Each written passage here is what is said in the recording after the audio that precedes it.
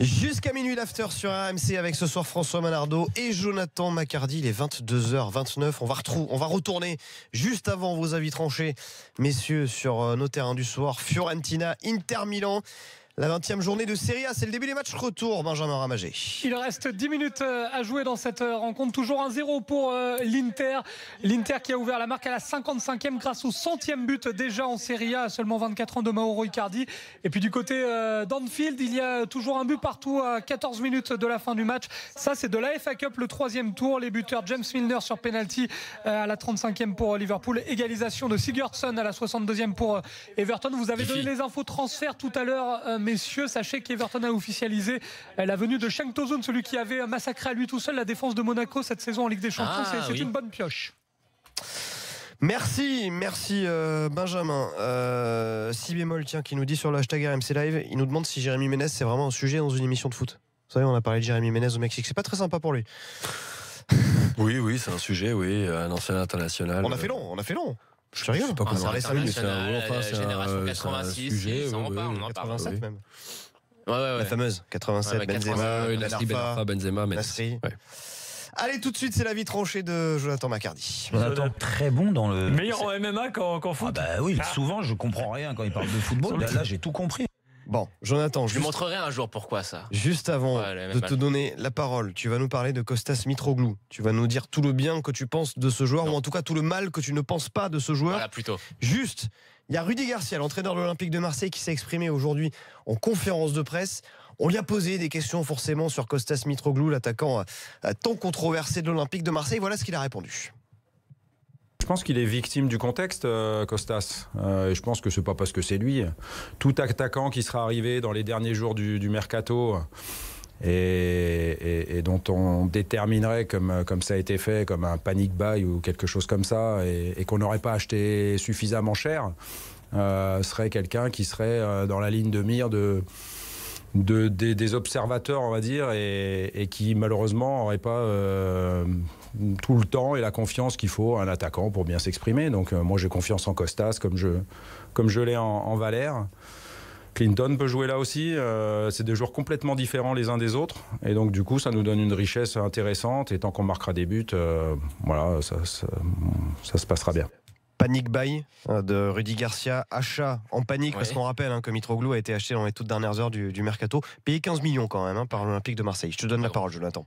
C'est pas grand-chose. Pour un neuf, c'est pas grand-chose. Oui. Écoute, alors, est-ce que Mitroglou était le neuf, le grand attaquant que je voyais pour l'Olympique de Marseille, qui devait être un petit peu le porte-étendard du projet? Je ne pense pas. Est-ce que Mitroglou a le profil pour être ce joueur qui devient le porte-étendard du projet? Je ne pense pas non plus. Mais en fait, ce qui me gêne un petit peu, c'est que pour l'instant, j'entends beaucoup de choses assez injustes sur lui. J'entends qu'il est nul, qu'il faut le vendre, qu'il faut l'envoyer en Chine. J'entends qu'en Ligue des Champions, si tu veux aller en Ligue des Champions, tu vas être ridicule avec lui. Je suis désolé, mais je pense que ces critiques sont surfaites, et on a tôt fait de le dégainer un peu trop rapidement. Pourquoi? Déjà, l'argument en Ligue des Champions, Mitroglou, blablabla. Je suis désolé, mais quand on regarde les stats en Ligue des Champions, il a quand même marqué. Oui, avec l'Olympiakos. Il a marqué avec l'Olympiakos, avec le Benfica, en étant chapeau 3 avec l'Olympiakos. En poule, en étant chapeau 3, donc dans des poules où l'opposition était quand même assez élevée. Donc ça, cet argument de dire que sur la scène européenne, il n'a jamais performé, il ne tient pas. La deuxième chose que je vois, c'est ses performances. Alors, il y a les performances qu'on voit sur le terrain, le ressenti, c'est que je vois un joueur qui techniquement est complet, qui techniquement est quand même un petit peu au-dessus de la moyenne. Je le trouve quand même assez sûr. Je trouve qu'il a des gestes de vrai footballeur. Il a, sur ses contrôles, sur ses prises de balles, sa capacité, quand il veut bien, à garder le ballon dos au but. Je trouve que techniquement, on sent qu'il a quelque chose. Quand on regarde les perfs d'une manière un petit peu plus du côté statistique, il y a cette statistique qui pour moi veut dire beaucoup, c'est les expected goals. Il est quand même à 0,72 expected goals par match. À part Cavani, il n'y a pas mieux. Alors, il y a quelques exceptions, genre les joueurs qui ont joué 20 minutes par-ci par-là, mais à part Cavani, il n'y a pas mieux. Il est au niveau de Falcao. C'est une stat qui regroupe, en fait, qui analyse tous les tirs et toutes les positions, les situations qu'a un joueur dans la surface de réparation ou dans les attaques placées. Il faut que ça se concrétise par un tir. En fonction du pied qui est utilisé, de l'angle, du nombre de défenseurs, de la position des défenseurs, tout ça, il y a la probabilité. Sur comment tu vendanges. Non, exactement, François. Et si le but ne se convertit pas, ça veut soit dire que tu as vendangé, Oui, ça veut dire que le gardien a fait un arrêt exceptionnel. Mais en tout cas, ce qui est intéressant dans cette stat, c'est de montrer si un attaquant se met en position de marquer, se met en position concrète de marquer. Et il est quand même au niveau de Kylian Mbappé. Il est au-dessus de Radamel Falcao sur cette stat. Il a marqué que 2 buts depuis le début de la saison. Faut le ramener. En moyenne par match. En moyenne par match. Faut le ramener au prorata des matchs joués. Ensuite, quand on regarde le nombre de matchs joués, 11. Il a combien joué en temps de jeu, je remercie les Romain Canucci du Phocéen, en temps de jeu, il a joué l'équivalent de 7 matchs et demi. C'est lui qui file les bouteilles de whisky? Non, mais c'est quand même. Non, mais c'est 11 matchs. Oui, mais en temps de jeu effectif, il a joué l'équivalent de 7 matchs et demi. Ce qui est pas grand chose pour un joueur qui arrivait, qui découvre un nouveau championnat, qui arrivait dans les derniers jours du mercato, qui a pas fait la préparation physique avec les autres. Enfin, un autre argument, qui me semble être quand même assez important, c'est que quand on est supporter de l'Olympique de Marseille, on n'a jamais vraiment eu de la chance immédiate avec les numéros 9. Je vous rappelle juste qu'André-Pierre Gignac, ses 2 premières saisons, elles sont atroces. Je vous rappelle juste que Mamadou Niang, quand il arrive, les 6 premiers mois, on se demandait s'il valait pas mieux mettre Habib Bamogo ou Touafilou Maoulida à sa place. Brandao, même si ça n'a pas été un nom marquant en Olympique de Marseille, pareil, au début, c'était pas ça. J'ai pas le souvenir d'avoir vu Gomis, par exemple, autant vendanger au départ. Arnaud. Gomis, c'est l'exception. André Ayou. On parle de quelle génération? C'est pas un neuf, André Ayou. Non, mais on parle de quelle génération? Mais c'est remonter jusqu'à non, mais moi, je remontais dans l'histoire récente de l'Olympique de Marseille. Là, tu me parles de Gomis, c'est l'exception, j'allais y venir. Mais André Ayou n'est pas un neuf. Donc, quand on voit ça, quand on voit ce qu'a fait après Mamadou Niang ou ce qu'a fait André-Pierre Gignac, je me dis, ça vaut peut-être le coup d'attendre. Et d'ailleurs, Jacques-Henri Hérault a sorti cet argument que je trouve bon en disant, voilà, regardez ce qu'a fait André-Pierre Gignac ces 2 premières saisons et regardez les 3 dernières, ce qu'il a fait, comment il a porté le club. Je pense que ça peut s'attendre. Ça peut, du moins. Alors, le but de mon propos, c'est pas dire que Mitroglou c'est un grand attaquant. C'est pas parce qu'en expected goal il est à 0,72 qu'il est au-dessus de Falcao, de Mbappé. Loin de là, bien sûr que non. On est dans des galaxies différentes. Mais ce que je veux dire par là, c'est que c'est un joueur à qui on peut quand même encore laisser un peu de temps, qui a quand même prouvé des choses par le passé, y compris sur la scène européenne. Enfin, tu sais, Sneijder aussi, il avait prouvé des choses avant d'arriver à Nice. C'est pas la même chose, Arnaud, c'est pas le même âge, etc. C'est pas le même contexte. Donc je pense qu'on peut quand même lui laisser encore le temps avant de le crucifier, parce que pour l'instant, c'est ce qu'on fait, c'est on le crucifie, on l'envoie déjà en Chine. Je dis pas que ça va réussir, j'en sais rien. Mais en tout cas, je demande à voir. Et le seul bémol que je mettrais, parce que ça, pour en avoir parlé avec Nico Villas, qui donc l'a vu beaucoup au Portugal, c'est que les échos qu'il en avait du côté du Benfica, c'est que techniquement, effectivement, c'est un joueur qui a en lui d'être un très très bon neuf, mais que le problème, ça va de la motivation. C'est un joueur qui est pas forcément toujours très motivé, qui est pas forcément toujours très concerné par le football. Et voilà, c'est le bémol que je mets. Mais j'espère qu'il va se rendre compte qu'il est quand même dans un club qui est important. J'espère que Rudy Garcia et le staff de l'OM trouveront les mots pour le motiver. Et avant de le crucifier, laissons encore un petit peu de temps parce qu'on sait jamais. On a le droit de penser que l'OM mérite mieux ou pas? Mais je te dis pas le contraire.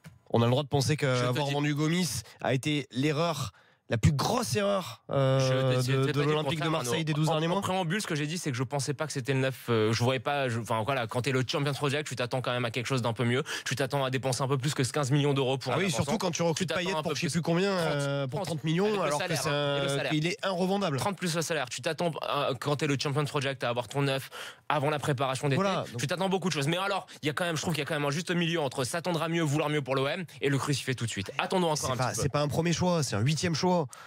On peut. C'est vrai. Attends, oui, mais c'est un 8e choix. Ce que tu me dis, ça va pas à l'encontre de ce que je te dis. Ben non, mais je suis d'accord avec toi. Attendons encore un peu. Il y a quand même des faits qui montrent qu'on peut attendre. François. 11 matchs ou 7 matchs et demi, 2 buts. Moi, j'ai une autre statistique, mais qui n'appartient pas aux joueurs grecs. C'est 17 matchs disputés, 14 buts. À qui appartient cette statistique? J'en ai aucune idée. Bafétimi Gomis avec Galatasaray. Moi, sur le cas, enfin, sur Konstantinos Mitroglou, je demande encore à voir. Il faut encore payer pour voir. Après, le souci, tu l'as un peu souligné, c'est que quand tu demandes de la patience, c'est vraiment pas une qualité qui est partagée dans le monde du foot professionnel, surtout quand tu es un des 2 Olympiques en France et le Paris Saint-Germain. C'est difficile d'attendre. C'est difficile d'attendre quand tu es la direction de ce club, et c'est encore plus difficile d'attendre dans le contexte phocéen où la patience n'est pas la première des vertus. Maintenant, moi, je pose le problème d'une manière différente. Comment cette direction, avec ce projet-là, laisse partir ce joueur-là qui en a claqué 14 ? Alors, si on commence à venir nous dire, pas qu'à moi, mais qu'on vienne nous dire, oui, mais le championnat turc, c'est un championnat facile. Les 14 buts, il faut les claquer. Oui, 14 buts, il faut les claquer. 14 en 17 matchs, ça fait un ratio de 0,7-0,8. Il était à l'Olympique de Marseille. Tu veux que je te réponde ? Mais attends, Mitroglou, il a des stats qui sont pas du tout infamantes avec Benfica. Il fait 17 et 21 buts sur les 2 dernières saisons. Championnat portugais, il se tient avec la qualité du championnat de France. Et il est dans un club qui est un club aussi huppé que l'Olympique de Marseille. Si à l'heure actuelle, un peu plus. Oui, alors à l'heure actuelle, après, oui, on peut forcément dire que c'est plus même. Si ce n'est, non, plus. C'est un club qui s'expose très régulièrement en Ligue des Champions. Un championnat un peu moins équilibré que le nôtre, mais avec un grand club européen où il a fait ses preuves les 2 dernières saisons. Avec l'Olympiakos, ça va, ça vient, mais bon. Là, 17-14 pour Bafétimbi-Gomis à Galatasaray. Voilà. Il le laisse. Moi, je vais te répondre. Leur erreur, c'est pas le recrutement de Mitroglou, je pense. C'est juste pour le dire. C'est un point important. Mais c'est Bafétimbi-Gomis. Je vais te répondre. Tu sais pourquoi ils ont fait ça? Pêcher d'orgue, ils pensaient avoir mieux plus tôt. Oui, non, mais ils pensaient avoir mieux plus tôt. Ils avaient aussi. Donc c'est une erreur de l'argent à libérer. Surtout qu'il libère un salaire à 5 millions, c'était ça, hein, Bafétimbi-Gomis, pour recruter derrière un autre salaire à 5 millions, même si c'est pas tout à fait au même poste. Et donc, Luis Gustavo beaucoup aussi. Bien sûr. Et donc, je suis d'accord avec vous, hein, c'est pas ce que je dis. Hein. On va aller voir Benji Ramagé parce que je crois qu'un but a été marqué et pas n'importe lequel dans le match de Coupe d'Angleterre, Benji. Ouais, c'est un événement à Anfield. Premier match de Virgil van Dijk, acheté 84 millions d'euros à Southampton par Liverpool.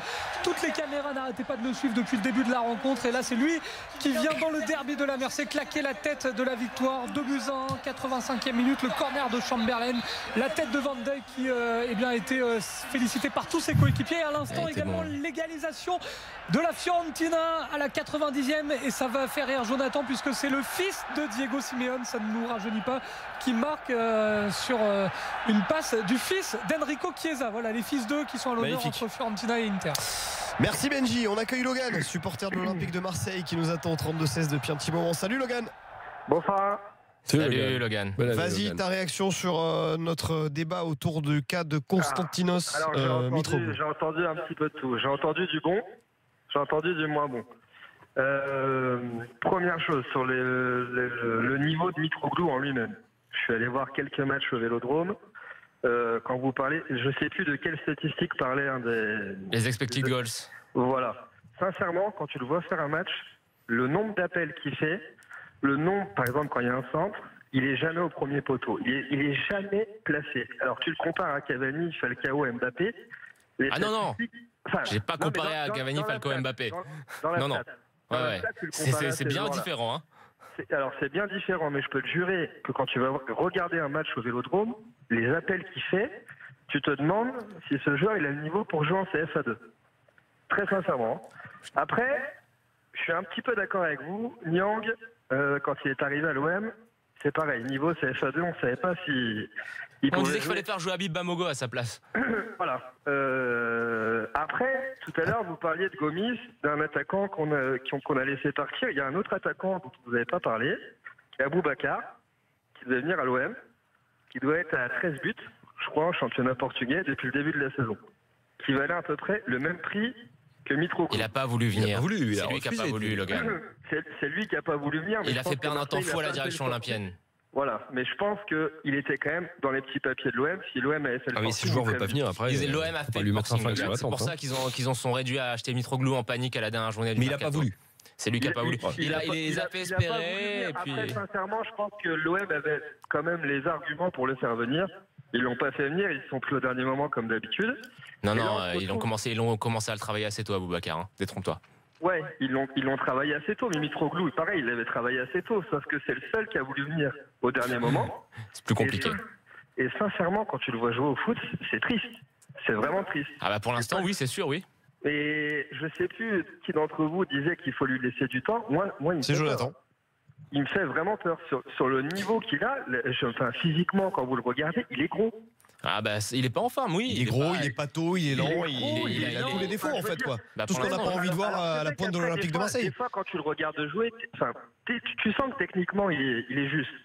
Mais c'est lent, c'est beaucoup trop lent. Enfin, je veux dire, pour jouer à l'OM, même Valère Germain, qui quand même, c'est pas un grand. Il est pas en forme. Et non, mais c'est un joueur qui est hors de forme, ça se voit à vue d'œil. Alors du coup, on lui laisse combien de temps? Parce que là, c'est quand même, l'attaque de l'OM. On lui laisse combien de temps? On lui laisse de jouer un petit peu janvier-février, et puis avec la préparation en hiver, avec la trêve hivernale. Après, on verra. Là, Jonathan et Logan, par rapport à la coupe, c'est le moment vraiment pour lui de saisir sa chance. Ah oui, mais on va passer à la trêve. Messieurs, vous savez très bien qu'en janvier-février, il sera pas prêt. Depuis ce qu'on voit, depuis le début de la saison. Mais pourquoi il serait pas prêt? Ça tient qu'à lui. Je laisse jusqu'au printemps. Non, mais ça ne tient qu'à lui. La préparation individuelle, ça ne tient qu'aux joueurs. Alors attendez. Déjà à la base, exactement, François. déjà à la base, on sait quand il arrive, il est pas. Enfin, c'est pas. Il est blessé, il est blessé, il arrive blessé. Bon, ok, on lui laisse un peu de temps, 2-3 mois, il fait rien. Rien, on est d'accord, le néant, zéro. Il arrive blessé, il arrive sans préparation physique, il a passé l'été à se soigner justement, il arrive dans un nouveau championnat. C'est plus compliqué que ça. Au bout de combien de temps? Il a commencé. Il y a l'imbroglio de sa blessure, ouais, c'est ça. Alors attends, tu t'imagines quand même, il est arrivé au mois d'août, le 31 août, jusqu'en octobre c'est quand même un pro. Hein. Mais il était blessé. Il était blessé. Bon, c'est pas pareil. Voilà. Allez, on remercie Logan d'avoir fait le 32-16, supporter de l'Olympique de Marseille. Bonne soirée à toi, Logan. Salut, Logan. Dans un instant, ton avis tranché, François, sur le Paris Saint-Germain. Petit détour par les matchs du soir en Italie et en Angleterre avec Benji Ramagi. Et c'est terminé à l'instant en Italie, match de la 20e journée de Serie A, un but partout, score final entre la Fiorentina et l'Inter, un but de Mauro Icardi pour l'Inter et un but de Giovanni Simeone, le fils de Diego Simeone pour la Fio. Et puis il reste quelques minutes, 2 exactement dans le derby de la Mercé, 3e tour de la FA Cup, 2-1 pour Liverpool face à Everton. L'institution PSG aurait-elle du mal à s'affirmer? On va se poser la question dans un instant dans l'after sur RMC BFM Sport. À tout de suite.